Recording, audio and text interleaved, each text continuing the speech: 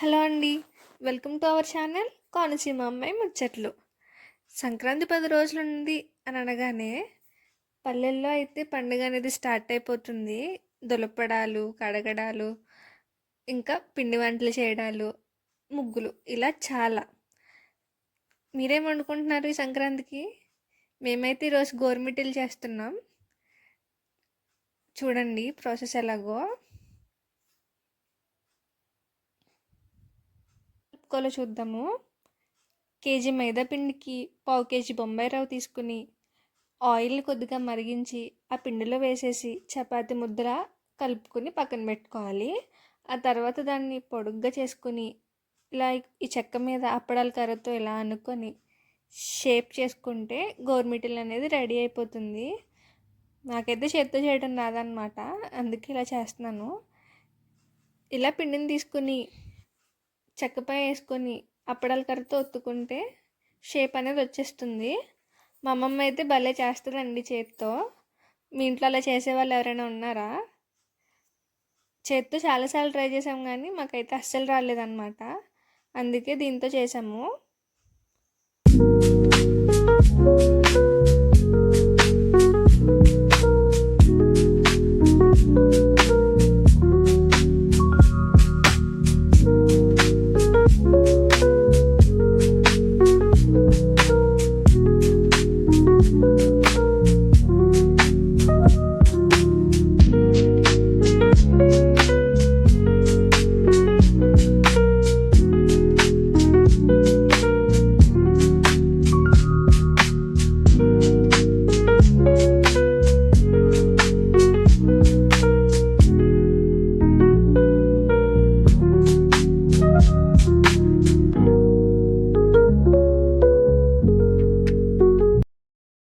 వేసాను చూడండి చేతితోటి. గోరుమిట్టిలా లేదు, గోరుమిట్టి అలా అమ్మమ్మలా ఉంది.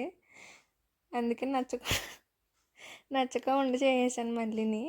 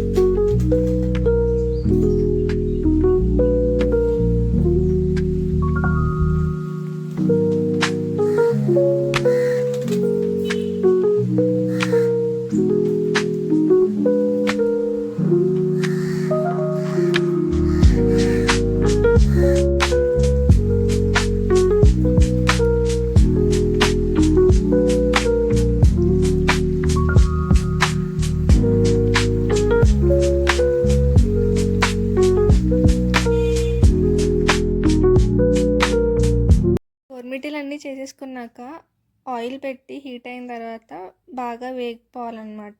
గోల్డ్ కలర్లోకి వచ్చిన తర్వాత పక్కన పెట్టేసుకోవాలి. మేమైతే బెల్లం గోరుమిటీలు చేస్తున్నాము, అందుకే బెల్లం పాకం పడుతున్నాం అన్నమాట.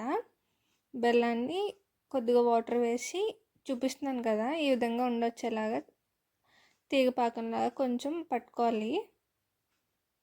ఇలా అయిపోయిన తర్వాత దాన్ని దింపేసుకొని కొద్దిగా యాలకుల పొడి వేసుకోవాలి. యాలకుల పొడి వేసుకొని వేపుకొని గోరుమిటీలు ఉంటాయి కదా, ఈ బెల్లం దాంట్లో డిప్ చేసుకోవడమే. అంతే, బెల్లం గోరుమిటీలు అనేవి రెడీ అయిపోతాయి.